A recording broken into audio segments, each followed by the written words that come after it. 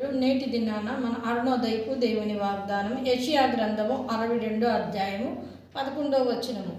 ఇదిగో ఆయన ఇచ్చిన బహుమానం ఆయన యొద్దే ఉన్నది. హల్లెలూయా. ప్రియమైన దేవుని బిడ్డ, ఈ దినాన దేవుని యొద్ద నుంచి నువ్వు ఆశిస్తున్నావా? ఆయన నాకు బహుమానం ఇస్తే బాగున్ను అని నువ్వు ఆశిస్తున్నావా?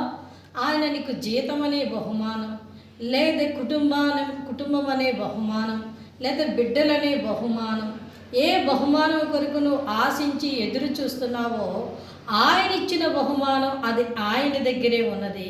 కనుక నువ్వు ఆయన యందు విశ్వాసం ఉంచి ఆయన వైపు చూస్తూ దృఢమైన సంకల్పంతో పట్టుదల కలిగిన ప్రార్థనతో నువ్వు ప్రార్థన చేస్తే ఆయన నీకు బహుమానం ఇస్తారు. ఇక్కడున్న వాగ్దానం ఏంటంటే ఆయన రక్షణ అనే బహుమానం గురించి మాట్లాడతాము.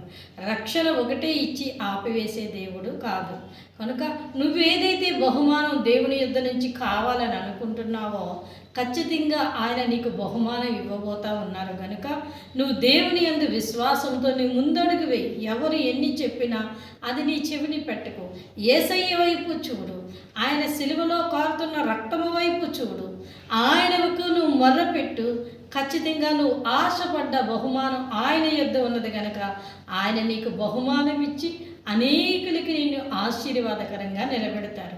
కనుక అరుణోదయాన లేచిన వెంటనే ఈ వాగ్దానాన్ని పట్టుకొని ప్రార్థన చేసుకొని నీ జీవితాన్ని ప్రారంభించు. దేవా, నాకు బహుమానం దయచేయి ప్రభా, నీ యొద్దున్న బహుమానం నాకు త్వరగా ఇవ్వు ప్రభా అని నువ్వు ప్రార్థన చేసుకొని నీ జీవితాన్ని ప్రారంభిస్తే నువ్వు ఏ బహుమానం కొరకు ఎదురు చూస్తున్నావో ఆ బహుమానం ఆయన యొద్ద ఉన్నది కనుక ఆయన నీకు ఆ బహుమానాన్ని దయచేస్తారు.